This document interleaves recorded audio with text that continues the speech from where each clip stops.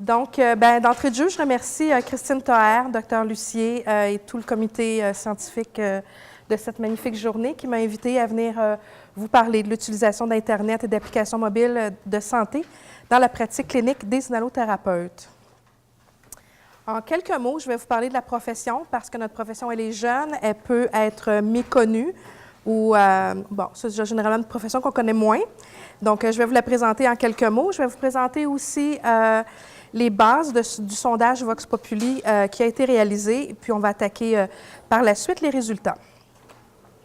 Donc, en quelques mots, l'Ordre professionnel des inhalothérapeutes du Québec est un organisme québécois de réglementation. Pour ceux et celles qui sont moins familiers avec les organismes de réglementation, je pourrais faire le parallèle avec le Collège des médecins pour les médecins, la Chambre pour les notaires, le barreau pour les avocats, l'Ordre des infirmières, l'Ordre des inhalothérapeutes. Les organismes de réglementation au Québec ont pour mission d'assurer la protection du public. Ils contrôlent et surveillent l'exercice de la profession. Et à l'OPIC, nous comptons un peu plus de 4200 membres. L'inhalothérapeute est un professionnel de la santé reconnu par le Code des professions du Québec. Il est titulaire d'un permis d'exercice délivré par l'OPIC. C'est un leader en soins et en santé cardio-respiratoire. Il exerce en étroite collaboration avec les médecins auprès d'une clientèle de tout âge, du nouveau-né jusqu'à la personne âgée, dans un contexte que j'aime bien qualifier à géométrie variable, donc tantôt dans des soins aigus, tantôt dans des soins critiques, tantôt dans des soins chroniques. Donc, c'est un professionnel de la santé à visage multiple. Le sondage Vox Populi que nous avons fait en septembre 2014, c'était un sondage sans autre prétention que celui de vouloir alimenter la réflexion et le travail de préparation de Christine Toher pour une conférence qu'elle a adressée à nos membres à l'automne 2015. L'objectif était fort simple, connaître l'usage d'Internet et d'applications mobiles de santé dans la pratique clinique des inhalothérapeutes. Nous avons configuré le sondage en 3 sections, donc à propos de vous, pour le profil démographique, l'Internet dans votre pratique clinique et l'Internet avec vos patients et vos familles. Il y avait 15 questions à choix multiples ou à questions ouvertes. Le sondage a été envoyé à 4016 membres par courriel entre le 8 et le 19 septembre 2014 et nous avons eu 416 répondants. Au moment de recevoir les résultats, nous avons validé si le profil de nos répondants était cohérent avec le profil de nos membres. Donc, nous avons été heureux de constater que c'était assez représentatif de nos régions administratives au Québec, des types d'établissements, que ce soit établissements de soins de santé de courte durée, de longue durée, à domicile, clinique médicale, clinique privée.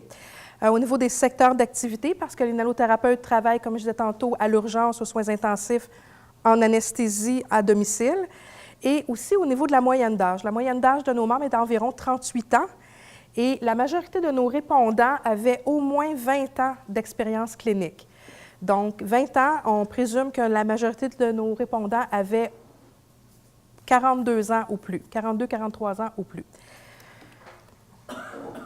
Alors, le premier aspect que nous avons analysé, c'est le type d'information recherchée par les inhalothérapeutes. Nous leur avons demandé pour quelles raisons ils utilisaient Internet dans le cadre de leur pratique clinique. Je ne vous lirai pas chacune des lignes une à une, mais je vais attirer quand même votre attention sur les réponses les plus fréquentes. Donc, à 73 et 77 % on nous dit « Je souhaitais en connaître davantage à propos d'une option thérapeutique ou d'un médicament que je connais. » Ou encore « Je souhaitais m'informer à propos d'une nouvelle thérapie, d'un nouveau médicament ou d'un nouvel appareil que je ne connais pas, mais dont j'ai entendu parler hors ligne. » Donc, soit auprès de d'autres professionnels de la santé ou auprès du patient. Dans une proportion de 50-55 %, on nous dit « Je souhaitais m'informer sur la problématique ou le traitement d'un patient. » Ou encore, je souhaitais en connaître davantage à propos d'une option thérapeutique ou d'un médicament que je connais. Non, excusez, je n'ai pas lu la bonne ligne. Je souhaitais valider une information obtenue hors ligne. Donc, ce qu'on comprend, c'est qu'ils prennent de l'information hors ligne et vont la valider en ligne, soit au niveau des thérapies, soit au niveau des médicaments, soit au niveau des nouveautés ou des problématiques. Dans 10 % de nos réponses, les inhalothérapeutes nous ont dit « Je n'utilise pas Internet dans ma pratique clinique. » Nous leur avons demandé quel site Web ou application clinique vous utilisez. C'était une question ouverte, donc nous avons eu de nombreuses réponses. Nous les avons classées selon une typologie particulière, selon le type, comment on dit, le type d'organisation derrière le site Web. Donc, des organismes pluridisciplinaires, des associations professionnelles, des sites gouvernementaux. Donc, selon cette typologie-là, nous avons ensuite fait un deuxième classement. À qui s'adresse ce site-là? Est-ce qu'il s'adresse principalement à des professionnels de la santé comme les inhalothérapeutes, principalement au grand public ou des patients, ou aux deux? Donc, à partir de ce classement-là, il nous est permis de voir que les inhalothérapeutes utilisent Internet pour aller chercher de l'information dans les organismes de réglementation comme l'OPIC. Donc, ça, c'est assez cohérent. On a eu 11,5 % des réponses. Ils utilisent peu les maisons d'enseignement. Ils utilisent peu les maisons d'enseignement, pourtant riches en informations pour les professionnels de la santé. Pour les sites dédiés à soit des professionnels de la santé ou des patients, ils visitent beaucoup les organisations à vocation éducative et médicale. On parle de UpToDate, qui est vraiment une ressource incontournable pour les professionnels de la santé, pour les cliniciens. Et on a eu 4 % de nos réponses, ils utilisent des applications mobiles. Donc, on voit que l'Internet mobile n'est pas encore très, très présent chez nos membres. Et j'avoue que ça m'a légèrement étonnée, les établissements de santé, si je pense au CHU Sainte-Justine, l'Institut de cardiologie de Montréal, qui offrent une panoplie d'informations, tant pour les patients que pour les professionnels de la santé. Ce sont des sites très, très peu utilisés par les inhalothérapeutes. Seulement 1,3 % de nos réponses étaient pour ces types d'établissements-là. Un peu étonné, les inhalothérapeutes visitent des organismes bénévoles à but non lucratif comme l'Association pulmonaire du Québec, qui est pourtant reconnue pour être destinée principalement aux patients. Un peu étonné, oui et non, parce qu'on se dit qu'ils vont voir ce que c'est et après, ils peuvent évaluer s'ils veulent référer leurs patients. Et 12,5 % de nos réponses étaient « Je visite des sites Internet généraux comme Wikipédia ». Aucune des réponses obtenues dans nos 416 réponses nous disait « Je visite des médias sociaux, des forums ou des blogs ». Et pourtant, il y en a de très bons. Si je pense à la gang allumée de la Coalition québécoise contre le tabac, qui est un merveilleux blog pour les jeunes. Et il y en a plusieurs, mais non, aucune des réponses que nous avons obtenues nous disait « Je vais voir qu'est-ce qui se dit sur des blogs » ou sur des forums de discussion. Nous avons demandé aux inhalothérapeutes, est-ce que vous faites des recommandations à vos patients de sites web ou d'applications mobiles? La majorité, 65 % d'entre eux nous disent non, jamais. Un peu moins de 30 % nous dit parfois. Un peu moins de 5 % nous dit souvent, et très, très peu nous disent toujours. Il faut quand même interpréter ces chiffres-là avec modération. On comprend que l'inhalothérapeute qui travaille en soins critiques, donc avec un individu qui est en arrêt cardio-respiratoire, c'est peut-être pas le temps d'aller lui recommander des sites Internet. Donc, on met ça quand même en perspective. On souhaiterait que tout le monde recommande des sites Internet à leurs patients, mais la réalité clinique, le terrain, n'est pas toujours favorable à ça. Parmi ceux et celles qui recommandent des sites Internet à leurs patients, on leur a demandé quel site vous recommandez. Et là, c'est intéressant parce qu'on a mis en parallèle les sites qu'eux utilisent et les sites qu'eux recommandent. Donc, on voit que le site, une organisation pluridisciplinaire comme le Réseau québécois d'éducation en santé respiratoire, donc un site vraiment dédié aux professionnels de la santé, eux l'utilisent dans une proportion de 6,3 %, mais ils le recommandent à leurs patients 21,9 %. On a dit tantôt que les applications mobiles n'étaient pas très utilisées par les inhalothérapeutes. Ils ne le recommandent pas davantage à leurs patients. Et pourtant, il y en a de très bons. Si on pense à SOS Défi, qui est encore une fois fait par la Coalition contre le tabac et qui avise les patients par leur téléphone intelligent qui leur envoie plein de trucs de motivation pour cesser de fumer. Donc, il y en existe de très bons. On en fait la promotion, mais ils sont peu relayés jusqu'aux patients. selon nos répondants. Les sites gouvernementaux, comme Santé Canada, ils les utilisent tout autant qu'ils réfèrent leurs patients. Les fournisseurs fabricants d'appareils médicaux, les pharmacies, les compagnies pharmaceutiques, un peu la même chose, on les utilise et on réfère également nos patients. Pour ce qui est des sites dédiés principalement aux patients, si on pense à l'Association pulmonaire du Québec, ils utilisent ce site-là dans une proportion de 18,3 % et le réfèrent aussi dans une même proportion. Les sites Internet comme Wikipédia, ils les utilisent et en réfèrent également leurs patients. Et on a dit tantôt, les blogs, les forums de discussion, ils ne les visitent pas, mais ne réfèrent pas leurs patients non plus, et pourtant, il y en a de très bons. Nous avons regardé quel était le type d'information recherchée par les patients et leurs familles. Donc, nous avons questionné les inhalothérapeutes. On leur demandait, à votre connaissance, est-ce que vos patients ou leurs familles utilisent Internet dans leur recherche d'informations relatives à la santé? Un peu plus de 20 % nous ont répondu « je ne sais pas ». Très peu ont dit « oui, tous mes patients ». 35 % ont répondu « oui, plusieurs de mes patients ». Un peu plus de 35 % ont dit oui, mais quelques patients seulement. Et moins de 5 % ont répondu non, aucun patient. Nous leur avons demandé, à votre connaissance, quel site web ou application mobile utilisent vos patients dans leur recherche. Parmi les réponses obtenues, 35 % des réponses disaient « je ne sais pas ». Donc, on ne s'informe pas toujours. On sait qu'ils vont sur Internet, mais on ne s'informe pas toujours à voir quel site les patients ont visité. 21,8 % de nos réponses ont été « ils vont sur Google ». 18,8 % nous disent « ils recherchent des pathologies, des chirurgies, des thérapies ou de la médication ». Les chirurgies, c'est relativement fréquent, principalement ceux qui vont aller dans des cliniques ou à l'hôpital pour des chirurgies d'un jour. Ils vont aller voir sur Internet quelle est leur chirurgie, qu'est-ce qu'ils font, qu'est-ce que fait le docteur ou que fait l'anesthésie. Donc, principalement, là, au niveau des chirurgies, ça, c'est connu que c'est une recherche qui est faite par les patients. Wikipédia, 8,8 % de nos réponses. Les blogs, 2,1 % de nos réponses. Et eBay et Kijiji dans 1,3 % de nos réponses. eBay et Kijiji, je ne peux pas vous dire qu'on est pour ça, mais je ne peux pas vous dire qu'on est contre ça. Il y a des gens bien intentionnés qui vont acheter ou vendre des appareils usagés neufs d'un autre patient, d'un patient à l'autre, via eBay et Kijiji. Donc, il y a un élément de dangerosité dans ce type de pratique-là qui n'est pas recommandé, mais ça fait partie de la réalité. On ne pouvait pas l'enlever. Donc, qu'est-ce que ça fait au niveau de la transformation dans la relation inhalothérapeute-patient?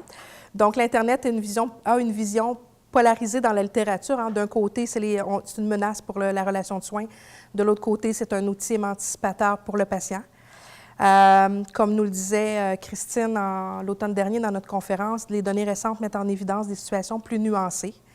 Je vous fais grâce de tout ça, si ce n'est pour vous dire dans les grandes lignes que les inhalothérapeutes croient que la consultation est peut-être un peu plus longue, ne croient pas vraiment que le patient soit mal informé lorsqu'il prend de l'information sur Internet, ne croient pas nécessairement que le patient est moins réceptif à son message, ne croient pas non plus que le patient est moins observant à sa thérapie, pense que le patient pourrait être plus exigeant, ne croit pas que la relation avec le patient est plus difficile, pense que le patient pose plus de questions,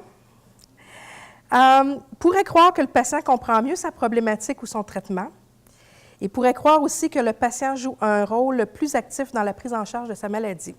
Donc, somme toute, c'est une expérience relativement positive.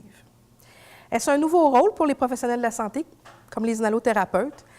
Déjà que nous sommes en promotion de la santé, prévention de la maladie, au niveau du diagnostic, du thérapeutique, de l'éducation, de la motivation, et maintenant devenons des conseillers du web. Pourquoi pas? Il y a quand même des préoccupations, des craintes liées à l'utilisation de sites web par les patients. Donc, dans 15 % on dit « je n'ai pas de préoccupation car c'est l'affaire du patient et non pas la mienne ». Mais on dit aussi « j'ai peur que le patient ait déjà son idée en tête avant même que je ne lui dise quelque chose ». Ou encore, j'ai peur que le patient obtienne une information provenant d'un site ou d'une application mobile dont la crédibilité ou le contenu sont discutables ou erronés. On craint aussi que le patient puisse s'acheter des médicaments ou un appareil, des traitements sur Internet ou qu'ils revendent ces traitements sur Internet. On craint aussi que le patient puisse s'auto-diagnostiquer en ligne. Donc, je pense que c'est une crainte des inhalothérapeutes, mais qui est partagée par plusieurs professionnels de la santé, dont notamment les médecins, qui posent les diagnostics. Dans 75 des cas, on considère que c'est un avantage de recevoir un patient bien informé. Dans les exemples d'avantages, on dit « Je trouve vraiment plaisant qu'ils veulent comprendre davantage sa maladie, son traitement. J'écoute ce qu'il a appris à l'aide d'Internet, je rectifie au besoin. Je l'informe qu'en cas de question, un allothérapeute est disponible 24 heures sur 24. » Donc, on dit bien « L'Internet ne nous remplace pas. » Je trouve intéressant le fait que mon patient s'informe sur la maladie pulmonaire obstructive chronique, le MPOC. Il connaissait déjà l'utilité du test de spirométrie que je m'apprêtais à faire. Les patients lisent beaucoup sur l'apnée du sommeil. Ça me réjouit car ils sont mieux informés. Ça me permet d'être plus efficace dans mon enseignement. Le patient voulait aller en réadaptation pulmonaire et il a fait les recherches lui-même sur les différentes possibilités. À mon arrivée, il m'a fait part de ses recherches et m'a demandé de l'aider. Donc, encore ici, on comprend que l'Internet ne remplace pas le professionnel de la santé. Il y a quand même des difficultés. Hein? La plupart des patients ne savent pas où chercher. Malheureusement, se rencontrer, ont souvent lu sur des blogs les fameux mythes véhiculés. Il faut donc défaire le mythe, ce qui demande plus de temps. Il faut être convaincant. Avec les moteurs de recherche standards, les premiers sites qui apparaissent ne sont nécessairement pas les meilleurs et c'est difficile de faire changer d'avis à un patient qui arrive avec une idée préconçue. Le dernier exemple que je vous donne, c'est un ingénieur dont l'enfant était sous respirateur artificiel à la maison. Il avait recherché sur Internet le guide d'utilisation du respirateur puis il tentait de nous pogner avec des questions techniques sur l'appareil. Il comprenait mal que je ne connaissais pas les réponses aux questions sur les circuits électriques. J'ai dû lui expliquer que j'apprenais à le programmer et non à le construire. Il n'avait plus confiance aux inhalothérapeutes, car pour lui, c'est bien utiliser l'appareil, il faut savoir le construire également. Nous avons demandé enfin aux inhalothérapeutes en pratique clinique de nous raconter en quelques mots une expérience et on nous dit « Les patients informés arrivent avec des points précis à discuter. J'ai l'occasion de faire valoir mes 24 années d'expérience avec les pour et les contre. Internet touche à tous les aspects de ma profession. » En discutant avec le patient, on s'aperçoit rapidement de sa compréhension et on explique en des termes plus faciles ou on l'outille davantage pour diminuer l'anxiété, souvent créée par des mauvaises recherches sur Internet. Donc, on a un souci de la compréhension du patient. Et en disant compréhension du patient, on ne s'éloigne pas trop de la e-littératie en santé par des propos comme ça. Parfois, les patients nous apportent également de nouvelles informations. Je trouve ça intéressant. Peu importe qui on est, on ne sait pas tout. Il ne faut pas fermer la porte à de nouvelles connaissances. Enfin, je termine rapidement. On a demandé aux inhalothérapeutes qu'est-ce qui pourrait vous aider à interagir avec les patients qui sont maintenant bien informés via l'Internet. Donc, on nous demande un accès Internet, des tablettes sur les lieux, les heures de travail. C'est une problématique. Ce n'est pas de notre sort, mais bon, la problématique, elle est là quand même. Ils nous disent, bien, si je pouvais effectuer les mêmes recherches que mes patients, ce serait facilitant.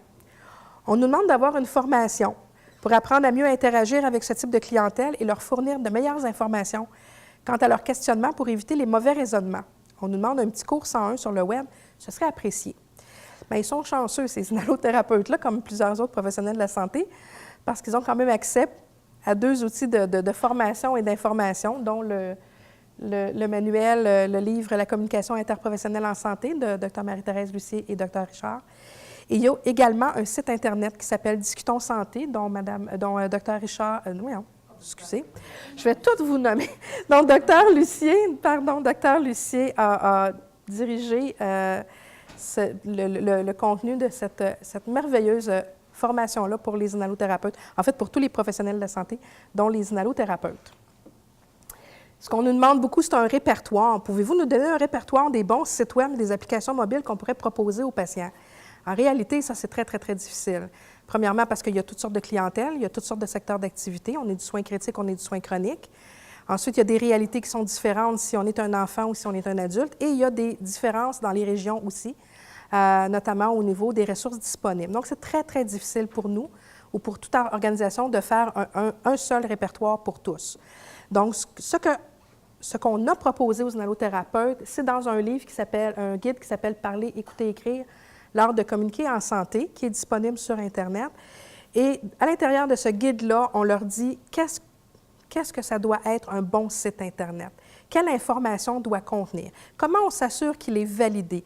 Comment on s'assure qu'il est bien vulgarisé? Donc, on outille les inhalothérapeutes à se créer eux-mêmes un répertoire de bons sites web, mais on ne peut pas ou peut très difficilement le faire pour eux.